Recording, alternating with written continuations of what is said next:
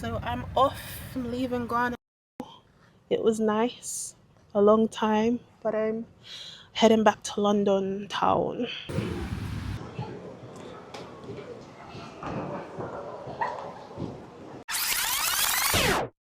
I'm not gonna lie, this is the most scary experience of my life so far. I guess that's a good thing.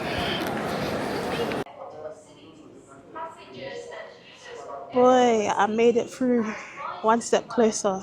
Did I know I was gonna get through? Whew. Let's just say it was touch and go. I was so nervous. You see, read the fine print and ask questions. I'll just say that. I'll let you know more later. Let's get on this plane. Let me tell you now. So forgive my ignorance, but it was my first time getting a visa. So I got a 6 months visa and I thought, I'm good to go. So I was just living my daily life in Ghana, oblivious to the fact that when I got to the border in Ghana, they had stamped my passport and writ the number 60 on it, meaning I only had 60 days there without having to renew my visa. So yeah, that was the issue. I arrived at the airport all nice and early, la-di-da, happy and joyful, only to just get stopped by immigration officers. I was so nervous. Who seized my passport until I paid my debt.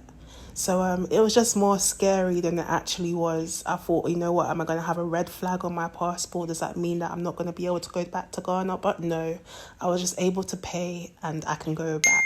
If you're looking to move to Ghana and want to know the cost and the processes that no one ever tells you about, grab my ebook. Trust me, it's worth it.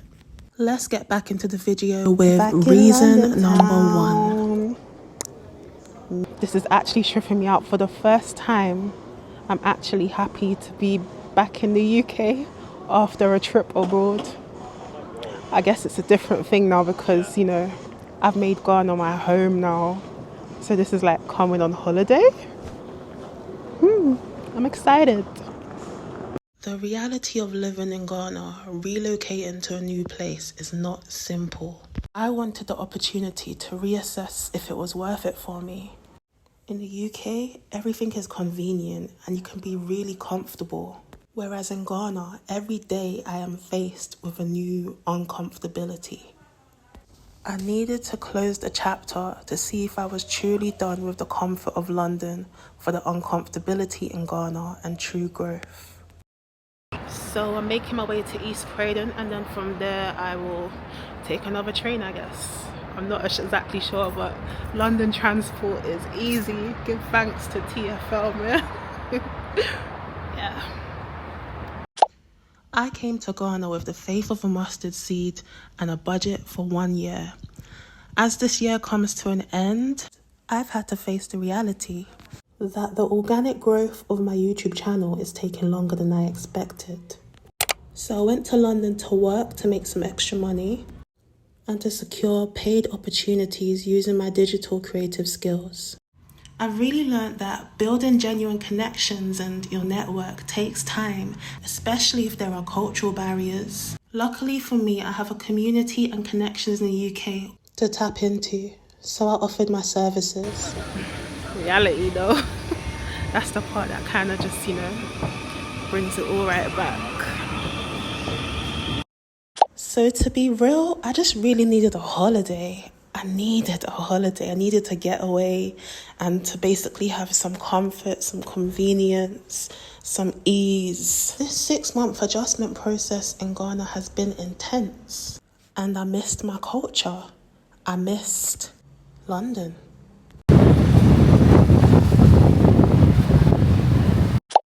So I had unfinished business. I had to close up some loose ends. I had to sort out some accounts.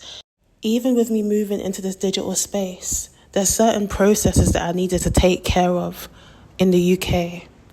Registering websites, payment processes, you name it. I also had to get rid of some things. I had to properly store some items that I just had lingering around my mother's house.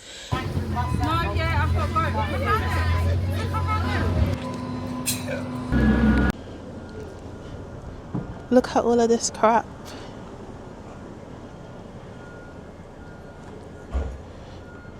Honestly, People donate with good intentions, but sometimes they just don't know how to throw their clothes away, because some of the rubbish that goes in there and the way that it's treated is crazy. And then you know what happens? It ends up becoming landfill in developing countries, just like Ghana, and then it just becomes a mess and just makes the environment horrible. So yeah, donations. This is the source. As I wait outside the Salvation Army for my lift to arrive. So she's gonna pick me up from here. Okay. And reason number 5 is a simple one. I miss my family. Here they are. All right, let's go. Hello. Mama darling. Look at this plant. Oh my gosh, my baby. Look how big you've got. But we've had this plant in my family for most of my life, like 25 years. And maybe about 5 years ago it died. It was literally like a leaf smaller than this that was left, and it was half dead.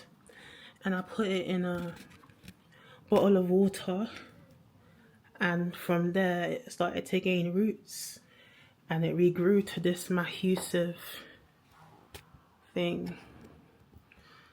So, you know, sometimes in life that transformation process is ugly, but it can really make some beautiful fruit. So never give up on yourself.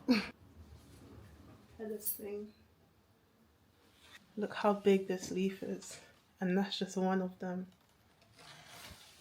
But anyways, yeah, my first meal in London. My mum made me food, you know.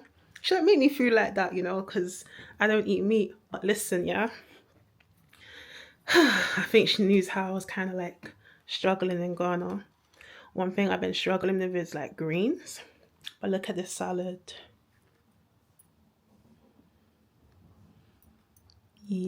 Quick tip, if you're in the market in Ghana and you see some lovely greens, don't just buy them, ask questions. I was left with my throat itching, gasping for air because I didn't know how to cook a green appropriately. Some chickpeas, some dumpling type thing, I don't even know what it is, and some salad.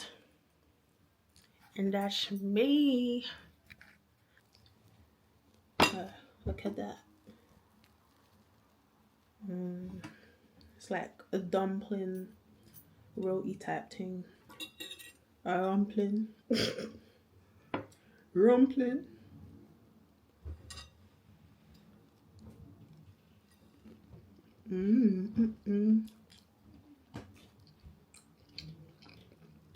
Wow, curry strong.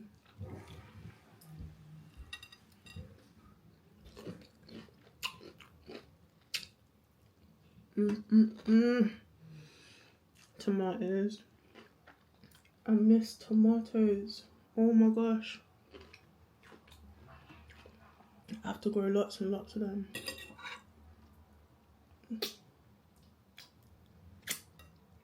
Oh my gosh. Look at this. Welcome back.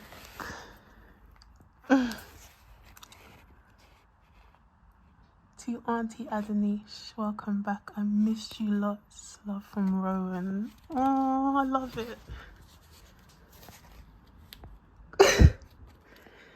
People want me to cry, man.